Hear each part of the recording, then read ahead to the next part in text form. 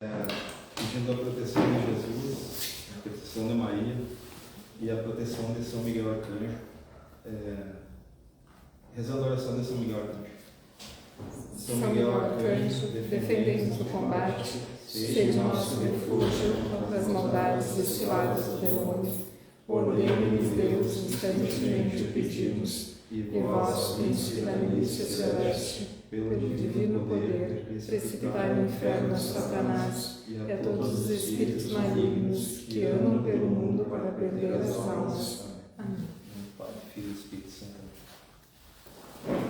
Bom, então, a aula de hoje vai ser sobre o capítulo 3 da doutrina social da Igreja, compêndio da doutrina social da Igreja. Devido a gente estar passando por uma reforma de casa, eu só consegui estudar semana passada esse material, mas então, se quiserem intervir, principalmente se eu falar alguma bobagem aqui, fique à vontade. Então, o capítulo 3 fala sobre a pessoa humana e seus direitos. Então, o primeiro item desse capítulo tem um título: Doutrina Social e Princípio Personalista. O personalismo, dentro de uma corrente sociológica, ele foi desenvolvido por Emmanuel Mounier nos anos 30, e ele fala que tanto o capitalismo quanto o socialismo são problemas críticos na sociedade, mas a crise social não se dá exatamente pela forma de governo, e sim por um problema pessoal. Então, para resolver a crise de uma sociedade, é preciso se voltar ao ser humano e aos indivíduos, né? Então, a crise social não é tanto política quanto moral, né? E, obviamente, ele usou conceitos cristãos para formular essa teoria, mas para quem teve acesso ao compêndio da doutrina social, para quem quiser estudar, vai se dar conta que o livro ele não crava certas coisas, ele deixa algumas coisas em aberto, ele não é tão taxativo assim, e ele dá margem para uma certa interpretação filosófica das coisas. Então, tem alguns pontos que ele cita uma certa influência de pensamento, como doutrina social e princípio personalista, mas ele não desenvolve isso enquanto teoria específica. Ele usa certos elementos, se apropria do que tem de bom, ao meu ver, aqui de algumas teorias, né? Mas não fecha dizendo que a Igreja defende tal sistema, né? É um tanto aberto. Então, começando nesse capítulo, a Igreja vê no homem a imagem viva do próprio Deus e é chamada a encontrar sempre mais profundamente explicação de si mesma no mistério de Cristo, revelador de Deus ao homem. A leitura desse livro também é um pouco difícil, porque cada frase é bastante densa, faz a gente pensar, filosofar, buscar referências, né? Então, eu entendi esse princípio aqui, né, de ver Deus no homem como fala que sempre mais profundamente, busca encontrar sempre mais profundamente Cristo no homem, como se o homem estivesse no mundo e a Igreja fosse uma espécie de referência para o homem se entender nesse mundo. E sempre mais profundamente, ao meu ver, significa que isso se dá de forma contingente, de forma que, conforme o tempo, conforme o direcionamento social, de forma orgânica, a Igreja se organiza e conduz uma resposta para cada tempo, para cada situação.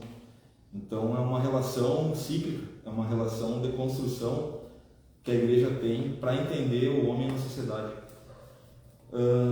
Cristo, por sua encarnação, uniu-se de algum modo a todo homem. A Igreja, como sua tarefa fundamental, faz com que tal união possa continuamente realizar-se e renovar-se, reconhecendo em toda e qualquer pessoa o irmão pelo qual Cristo morreu. Então, como eu falei, é um ciclo, é uma tarefa de desenvolvimento do homem, enxergar o outro como, enxergar a presença divina no outro, e a igreja sendo o norte para isso, né? A igreja faz-se intérprete autorizada, afirmando a centralidade da pessoa humana. Não se encontra nem fora nem acima dos homens, mas existe exclusivamente neles. Então quer dizer que a igreja ela não está numa hierarquia acima dos homens. A igreja existe por causa dos homens, né? Então ela está no mesmo plano. E isso também mostra uma certa hierarquia que o ser humano tem sobre as coisas. Se o homem é também imagem viva do próprio Deus, se a gente pensar de forma como a igreja demonstra aqui, o ser humano está, digamos, no topo da hierarquia. A gente vê muito as coisas se invertendo hoje em dia, por exemplo, colocando animais ou objetos ou situações acima do ser humano. Então, interessante isso. O homem representa a alma do ensinamento social católico.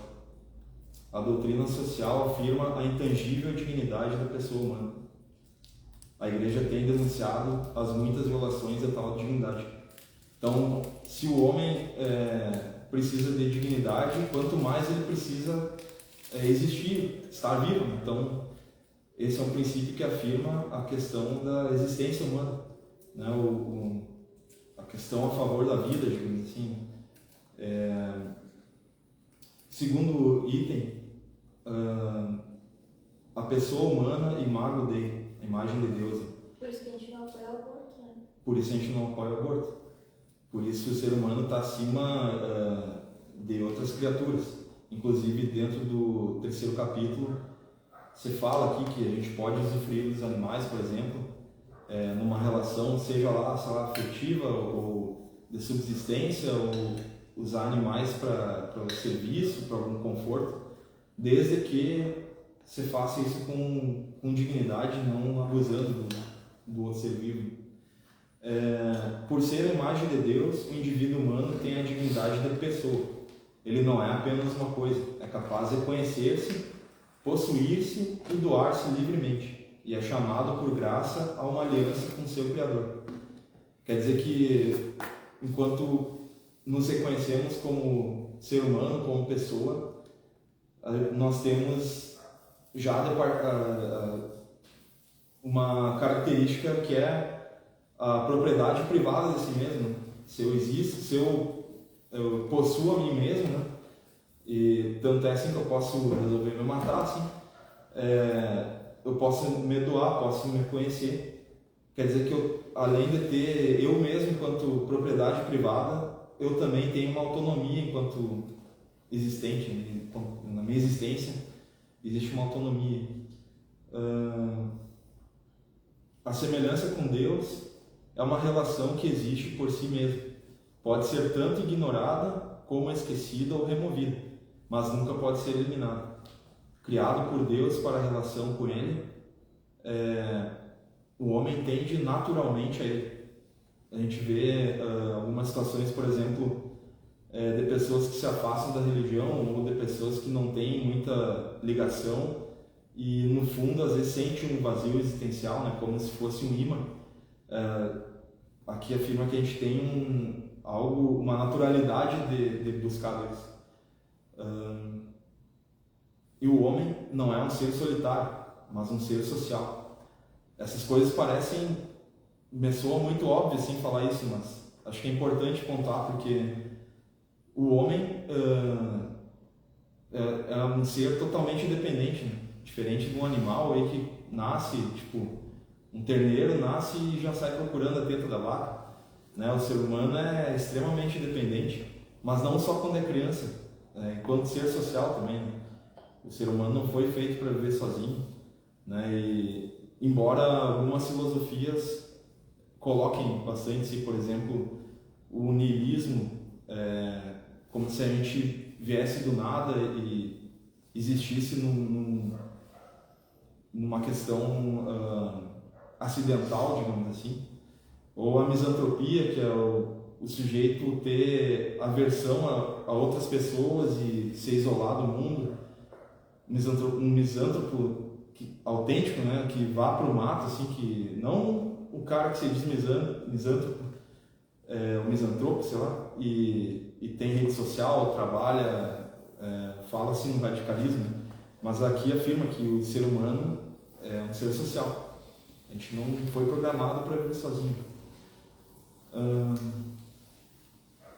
A relação com Deus exige que se considere a vida do homem como sagrada e inviolável. Amarás o teu próximo como a ti mesmo. Jesus Cristo obriga a responsabilizar-se pelo próximo. Então, além do princípio, né, do direito à vida, a gente tem que entender o próximo como uma questão de responsabilidade também. E aí entra aquela questão da caridade, que já foi falada aqui em algumas aulas. A caridade, no sentido cristão, ela é relacionada à fé, ao sacramento, né? a um mandamento de Cristo. Então a caridade ela tem um sentido religioso, espiritual, daria para pensar ela assim uma relação vertical com Deus. Enquanto a filantropia já se dá de forma horizontal, assim.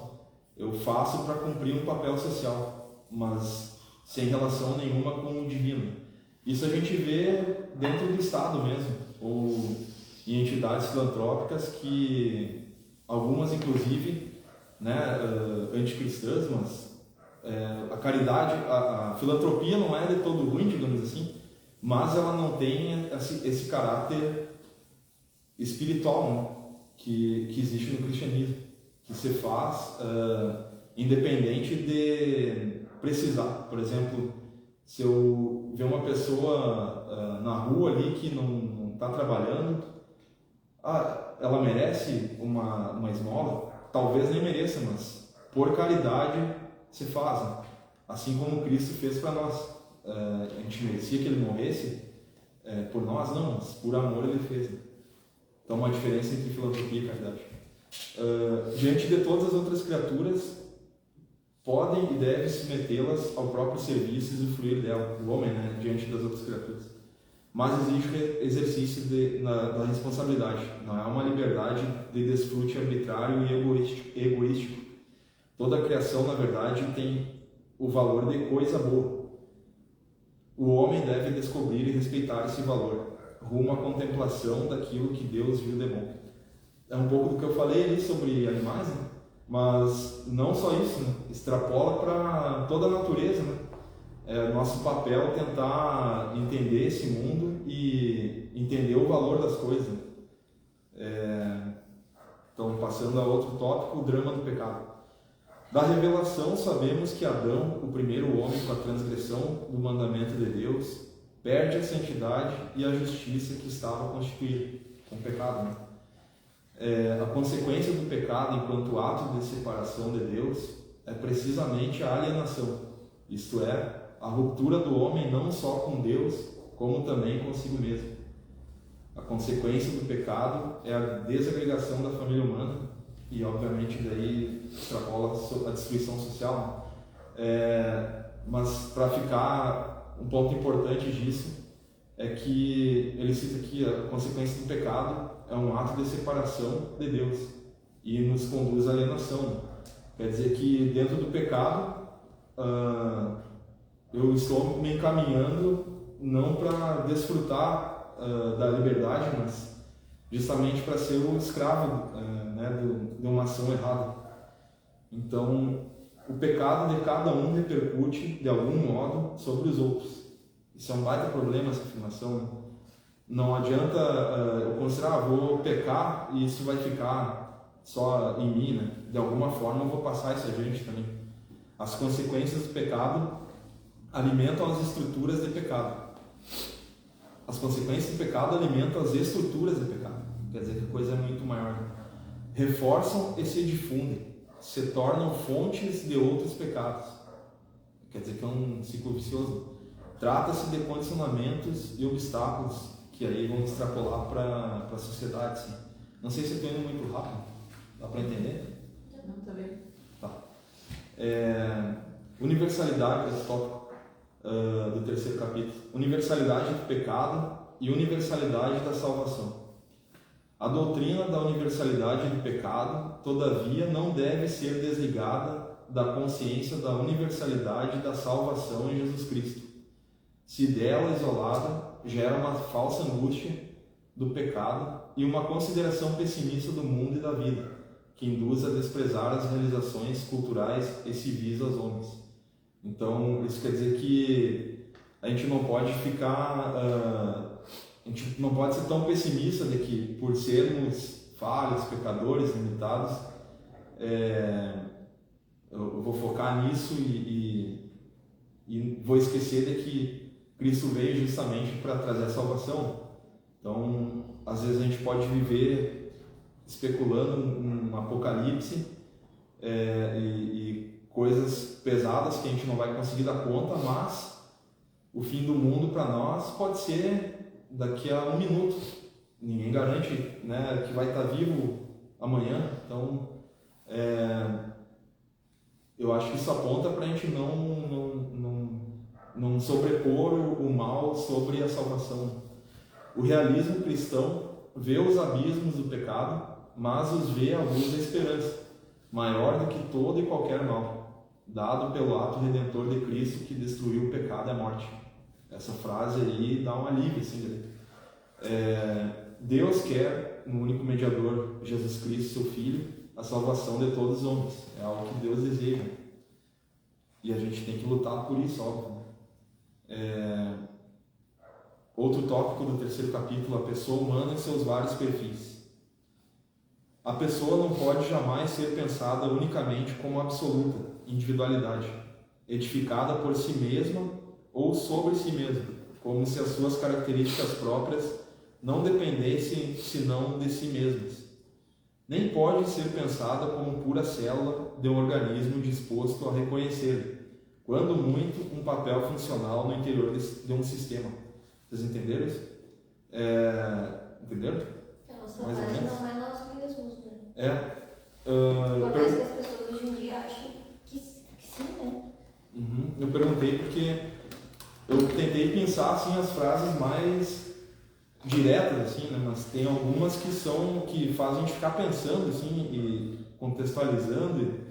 Será que está me jogando pro lado? Eu estou me jogando pro lado certo? Eu entendi isso como é parte do sistema, no caso.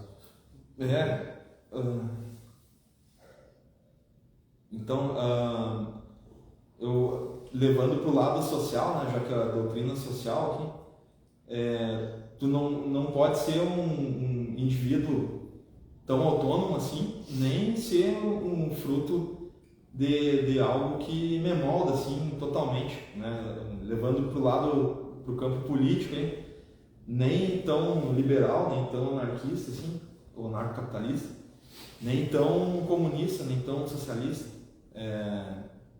E a igreja não pontua muito bem isso. A doutrina aqui não crava assim, o perfil correto que a igreja indica é esse, aquele. Né? É conservador, não sei. Não está falando qual é a posição. Não fala tão claramente assim, né? Ela aponta um caminho. Eu mais ou menos identifiquei assim, algumas coisas. Por exemplo, existe uma crítica ao liberalismo lá no tempo da Revolução Industrial, mas antes disso existe o humanismo cristão, né? Se não me engano, no século XV, que já fazia uma crítica ao liberalismo, entre aspas, antes mesmo do Karl Marx fazer. Existe também a crítica ao comunismo, como o Luiz Carlos colocou na outra aula, que tem uma certa maldade intrínseca nesse sistema e tal. Mas me representa que eles apontam a ideia de pegar o que cada sistema tem de melhor. Mais para frente a gente vai ver um pouco assim. Mas não definir extremos, assim, extremismos. Tipo, como que se fala mesmo quando negócio binário, assim, uma polarização, né?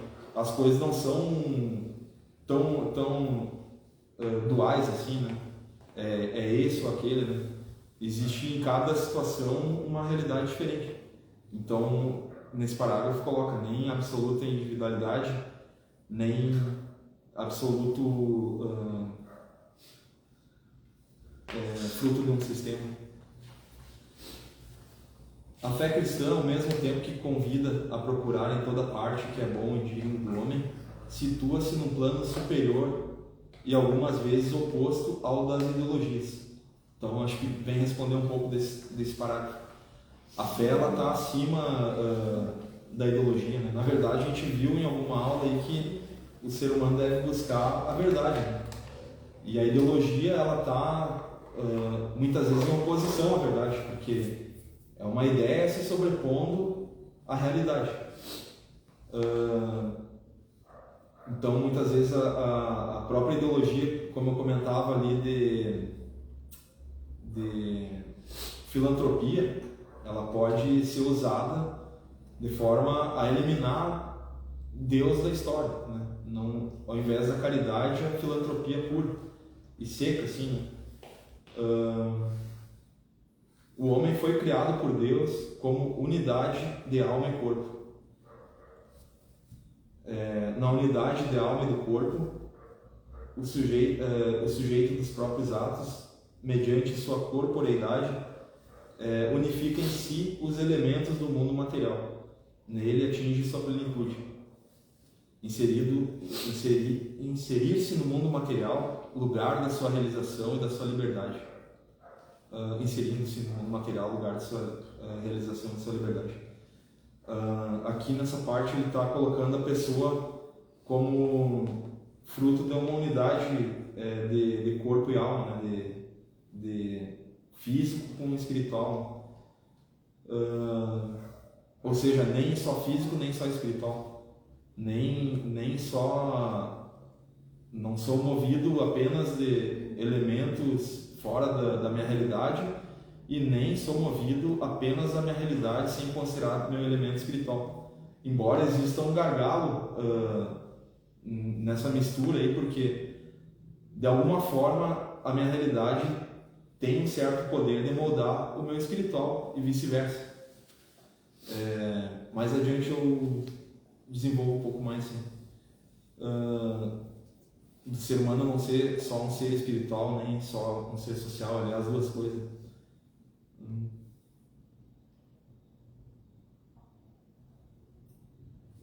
Tá. Com a espiritualidade, o homem penetra na estrutura espiritual mais profunda da realidade. Quando se volta ao seu coração, reflete sobre o próprio destino. O homem se descobre superior ao mundo material. A espiritualidade é uma estrutura da realidade, aqui, segundo essa frase. Ela é bem complexa, eu vou ler de novo. Com a espiritualidade, o homem penetra na estrutura espiritual mais profunda da realidade. Quer dizer que a realidade também é uma estrutura espiritual.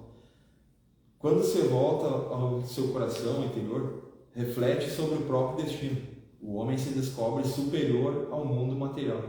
Aqui está apontando uma primazia do espiritual com o material, né? Para nós isso é muito óbvio, né? Inclusive, falando um pouco sobre questão de morte, né? Na ladainha de Todos os Santos tem uma passagem que acho que é da morte repentina, livrai-nos, Senhor. Porque dentro do catolicismo, uma morte rápida e sem sofrimento nem sempre é a melhor coisa do mundo. Isso é uma coisa bem humana. Muitas vezes é necessário um tempo para a gente se reconciliar com Deus, né? E o sofrimento físico também faz parte disso. Estou pegando um exemplo assim. O homem, portanto, tem duas diferentes características. É um ser material ligado a este mundo mediante o seu corpo e um ser espiritual aberto à transcendência e à descoberta de uma verdade mais profunda. O espírito e a matéria no homem não são duas naturezas unidas, mas a união delas forma uma única natureza. Nem o espiritualismo que despreza a realidade do corpo, nem o materialismo que considera o espírito mera manifestação da matéria, dão conta da natureza complexa, da totalidade e da unidade do ser humano. Ou seja, meio ridículo assim se a gente pensar que nós temos duas naturezas, tentar colocar a fé ou a existência espiritual à prova num laboratório, por exemplo, a submeter a teste científico, coisa assim, sendo que a ciência não se propõe a isso, geralmente.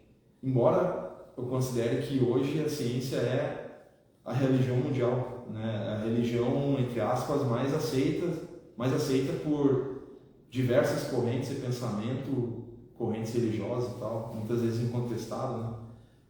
Mas ela é só um método, né? Muitas vezes usado como martelo na nossa cabeça, ou como um instrumento de engenharia social também, mas não é o assunto de hoje. Ainda sobre a transcendência do ser humano, a pessoa humana há de ser sempre compreendida na sua irrepetível e iliminável singularidade, cuja história é única e não comparável com nenhuma outra. Ou seja, cada ser vivo tem a sua existência, seu eu, sua história. Entrando na questão do respeito da dignidade humana, uma sociedade justa só pode ser realizada no respeito pela dignidade transcendente da pessoa humana. Então, a dignidade, ela está principalmente a nível espiritual, né? Quando a gente considera a questão da caridade que eu coloquei. Uma sociedade justa só pode ser realizada no respeito pela dignidade transcendente da pessoa humana, né? Pela dignidade material, pelo conforto, pelo desenvolvimento da pessoa, né? A gente sabe que talvez socialmente uma pessoa bem sucedida ou rica, sei lá, ela tem muita dignidade, né? Dentro do catolicismo não, né? A dignidade, ela é transcendente, ela é espiritual, e muitas vezes é até um problema o cara ter tantas benesses aqui, né? Porque às vezes ele passa batido nessa parte espiritual. Daqui a pouco um cara mais humilde, uma pessoa que teve muito mais sofrimento em vida, é muito mais digna de forma transcendente, como está colocando aqui, né? E eu chamo a atenção sobre a questão da teologia da libertação, que na América do Sul aqui, principalmente, ela é muito forte. E do pouco que eu conheço dela, ela é bastante chegada ao materialismo e me parece que a parte espiritual é bem deixada de canto, né? E aqui o compêndio está colocando o contrário. Mais um detalhe do compêndio, como os pensamentos aqui são bem densos, é muito fácil a gente pegar uma frase pela metade e enviesar isso aqui, transformar isso num ponto de vista que o compêndio não quer dizer. Então, para quem for estudar esse material, recomendo ler tudo de ponta a ponta, porque não é muito simples de entender. Ainda sobre o respeito da dignidade humana, existe um princípio de considerar o próximo como outro eu, assim como Jesus estabeleceu. Vou ler uma passagem aqui do Evangelho de São Marcos, para ilustrar isso aí. Está em Marcos capítulo 12, versículo do 38 ao 44. Ao ensinar, Jesus dizia: cuidado com os escribas, eles fazem questão de andar com amplas túnicas e de serem cumprimentados nas praças. Gostam dos primeiros assentos na sinagoga e dos lugares de honra nos banquetes. Mas devoram as casas das viúvas enquanto ostentam longas orações. Ou seja, eles rapinam, né? Por isso serão julgados com maior rigor. Jesus estava sentado em frente do cofre das ofertas e observava como a multidão punha dinheiro no cofre. Muitos ricos depositavam muito. Chegou então uma pobre viúva e deu 2 moedinhas.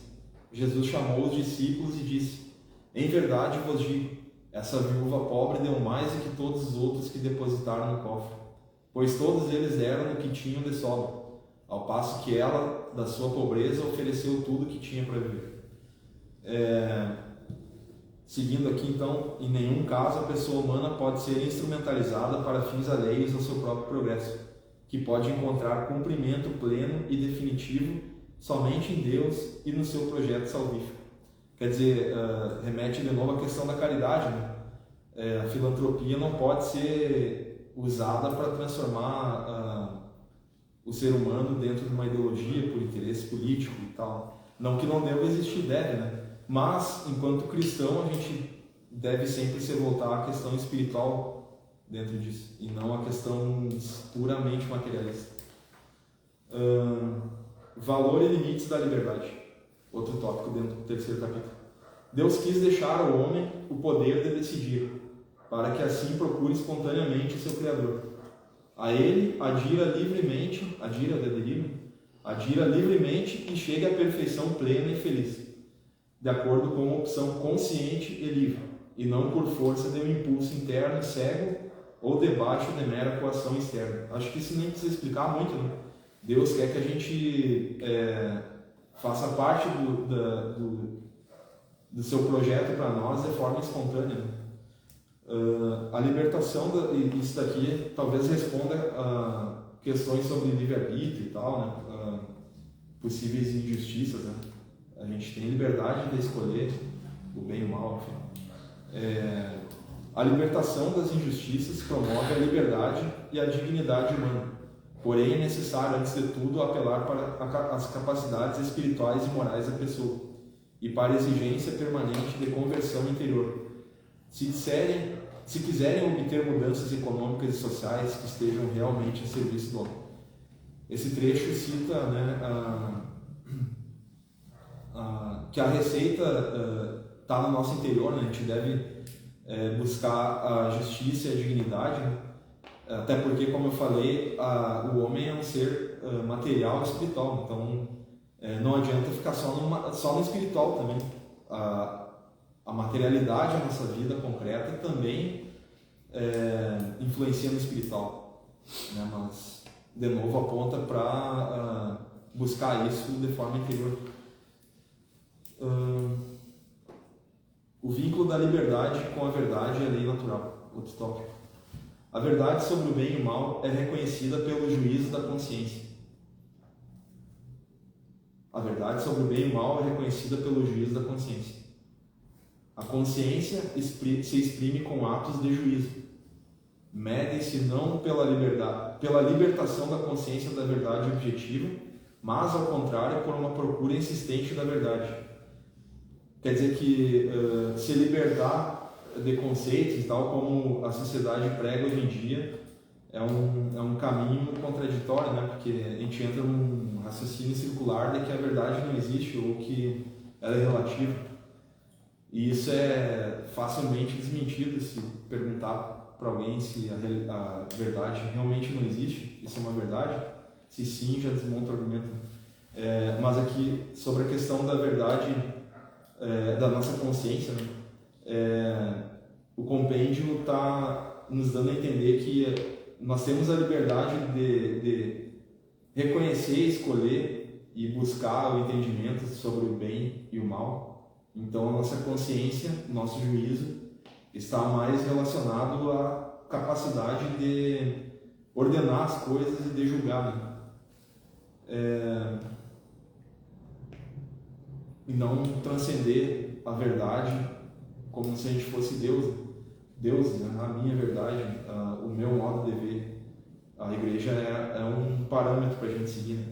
O exercício da liberdade implica a referência a uma lei moral natural, de caráter universal. Só um ponto sobre a lei natural que eu tinha comentado com alguns aqui do grupo de estudo em outra oportunidade.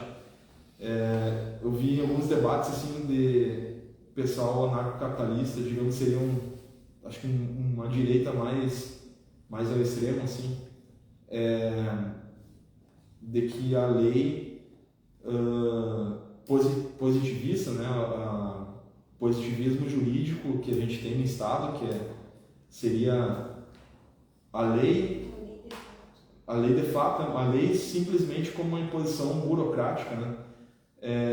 Não seria o correto, eu concordo, né?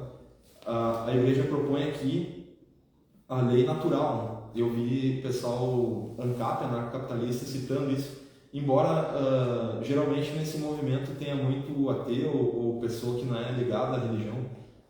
E eu fiquei confuso, o que é essa lei natural, né? E aqui responde, a lei natural, ela tem um caráter universal, e ela não é senão a luz do intelecto infusa por Deus em nós e consiste na participação, a minha participação na sua lei, na lei de Deus. Nos seus preceitos principais, a lei divina e natural é exposta no Decálogo. Quer dizer que uma referência para a gente entender a lei natural são os 10 mandamentos. Tem como eixo a aspiração e a submissão a Deus. E também do outro como igual a si mesmo. Então, isso que deveria balizar, digamos, a lei jurídica, né? Deveria vir da lei de Deus. Exatamente. Isso, a lei do Estado, digamos assim, deveria ter como referência isso, mas a gente sabe que hoje a coisa está ao avesso, né? Embora se usem princípios cristãos também, mas sempre rompendo essa linha, né? E talvez até sobrepondo a ordem secular à ordem cristã, né? Vamos fazer do nosso jeito aqui e vamos colocar o cristianismo para baixo. Vamos tomar esse lugar, né? O diabo gosta disso. Mas é claro que é difícil também pensar numa sociedade que seja inteiramente cristã ou baseada com leis com a referência católica. Seria muito difícil, né? Mas a igreja está aí para isso, para apontar uma direção mesmo. Muito embora a sua aplicação requeira a aplicação da lei natural, né? Muito embora a sua aplicação requeira adaptações a multiplicidades de condições de vida, segundo os lugares, as épocas e as circunstâncias. Então a lei natural ela não ela é universal, mas ela requer adaptação também conforme cada cultura. Os seus preceitos, todavia, não são percebidos por todos de modo claro e imediato. As verdades religiosas e morais podem ser reconhecidas somente com a ajuda da graça e da revelação. Quer dizer que tem que ter uma intervenção divina ali também. E uma intervenção, né, enquanto religiosa, uma intervenção pastoral. Né? Não posso chegar no lugar e já chutar o balde, né? A coisa tem que ser feita com jeito. A lei natural coloca o fundamento moral indispensável para edificar a comunidade dos homens e para elaborar a lei civil, que tira consequências de natureza concreta e contingente dos princípios da lei natural. Recusando muitas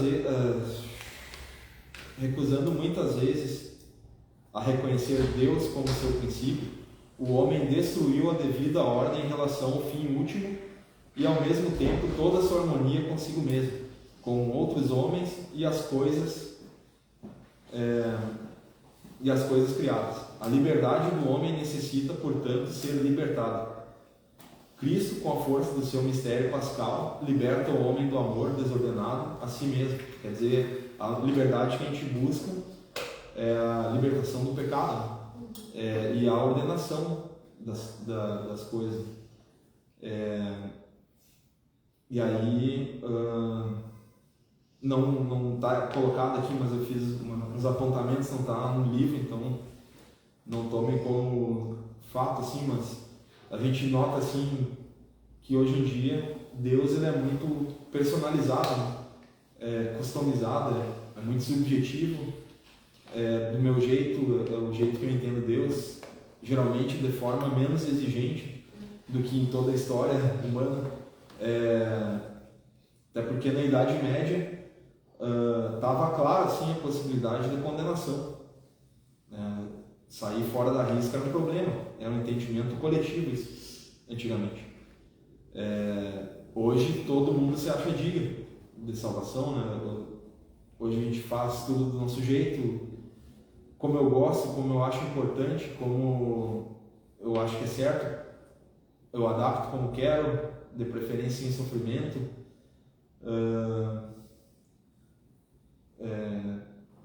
Bom, nem vou falar assim sobre questões litúrgicas, assim, como a gente viu numa outra aula sobre liturgia, o quanto existe de adaptações assim, que sai fora, né? Vai ser do jeito que eu quero, do jeito que eu gosto, do jeito que eu acho certo, não levando tanto em conta certas orientações, né? Mas isso não vale só para isso, vale para toda a nossa vida. Né? Um Deus personalizado que a gente acha que, bom, tá muito bom, mas quando a gente chegar do outro lado, a gente talvez não veja a coisa como a gente acha. Então, Deus não faz acepção de pessoas, pois todos os homens têm a mesma dignidade de criaturas, a sua imagem e semelhança. A encarnação do Filho de Deus manifesta a igualdade de todas as pessoas quanto à dignidade. Já não há judeu, nem grego, nem escravo, nem livre, nem homem, nem mulher, nem alegretense, nem africano, nem alemão, sei lá. Pois todos vós sois um só em Cristo Jesus. Então, a igreja tem esse princípio de dignidade geral. Deus enxerga as criaturas como semelhantes, então é o nosso dever tentar ter empatia. Né?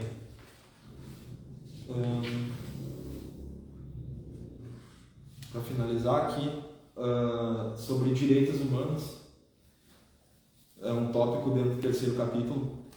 A fonte última dos direitos humanos não se situa na mera vontade dos seres humanos, na realidade do Estado, nos poderes públicos, mas no próprio homem e em Deus, seu Criador. De novo, voltando àquele princípio personalista ali, né? De não transferir a responsabilidade, assim, primeiro eu vou tentar me resolver, e os direitos humanos, eles são o reflexo, né, do que cada um tem para si também. Não deveria ser uma imposição puramente burocrática.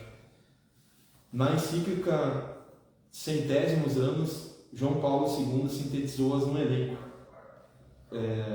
sobre direitos humanos. O direito à vida, do qual é parte integrante, o direito a crescer à sombra do coração da mãe depois de ser gerado, o direito a viver em uma família unida e num ambiente moral favorável ao desenvolvimento da própria personalidade, o direito a maturar a sua inteligência e liberdade na procura e no conhecimento da verdade, o direito a participar no trabalho para valorizar os bens da terra e a obter dele sustento próprio e dos seus familiares, o direito a fundar livremente uma família e acolher e educar os filhos.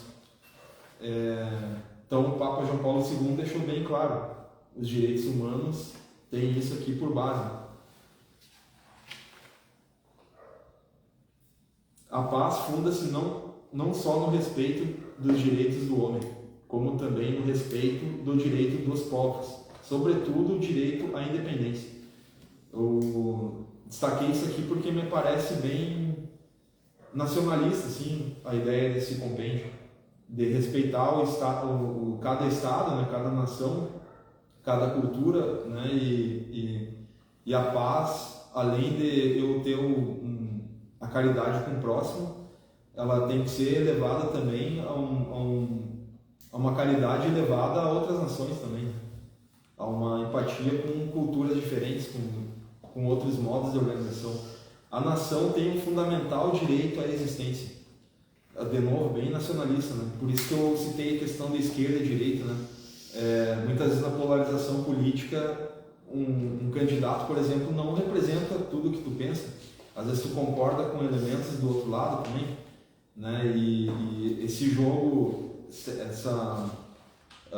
esse rótulo, muitas vezes ele está mais para atrapalhar do que para integrar e englobar um projeto característico da nação. Por exemplo, um país deve ter mais Estado ou menos Estado. Se a gente for mais à direita, menos Estado, mais à esquerda, muito Estado.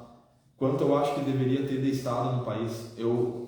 Numa perspectiva nacionalista, eu acho que ele deve ter o suficiente de Estado. Quanto eu acho que deve ter de inflação? O suficiente para aquele país se regular. E assim vai, né? Cada lugar com a sua realidade. Não é o que está dizendo aqui, tá? Mas é uma interpretação que eu tenho. A nação tem o fundamental direito à existência, a própria língua e cultura, mediante as quais um povo exprime e promove a sua originária soberania espiritual. A ordem internacional requer um equilíbrio entre particularidade e universalidade. O primeiro dever é o de viver em atitude de paz, respeito e solidariedade com as outras nações. Né? Que bom se fosse. Né? Eduardo, quando a gente estava estudando aquela encíclica do Papa Divini Ius Magistri, né?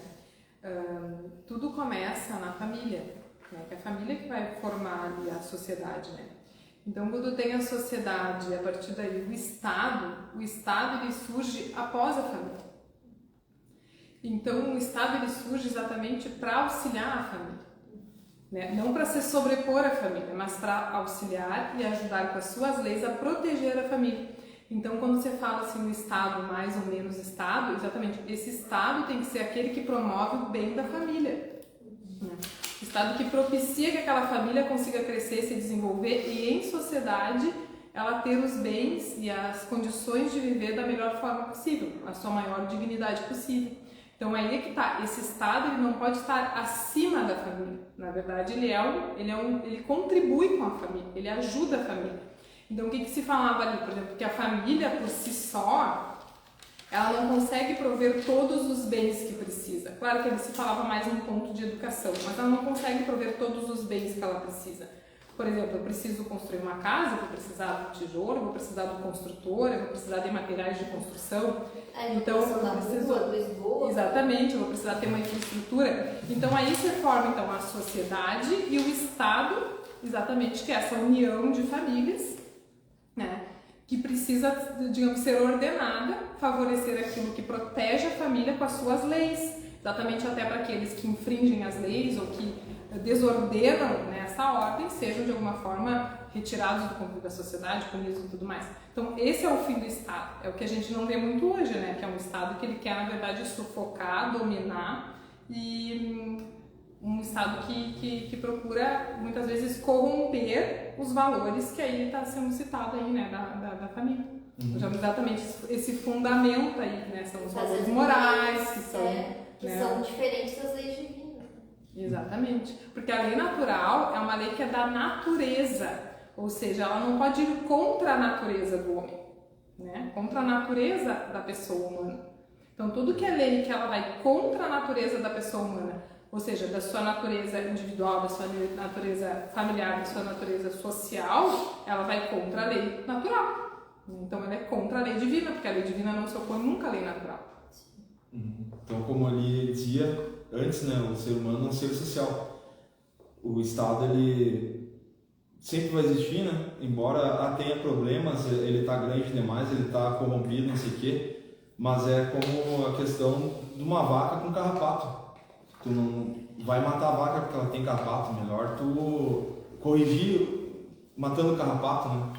Mantém o Estado, porque sempre vai existir, como eu comentei um outro dia sobre teorias de grupo, né?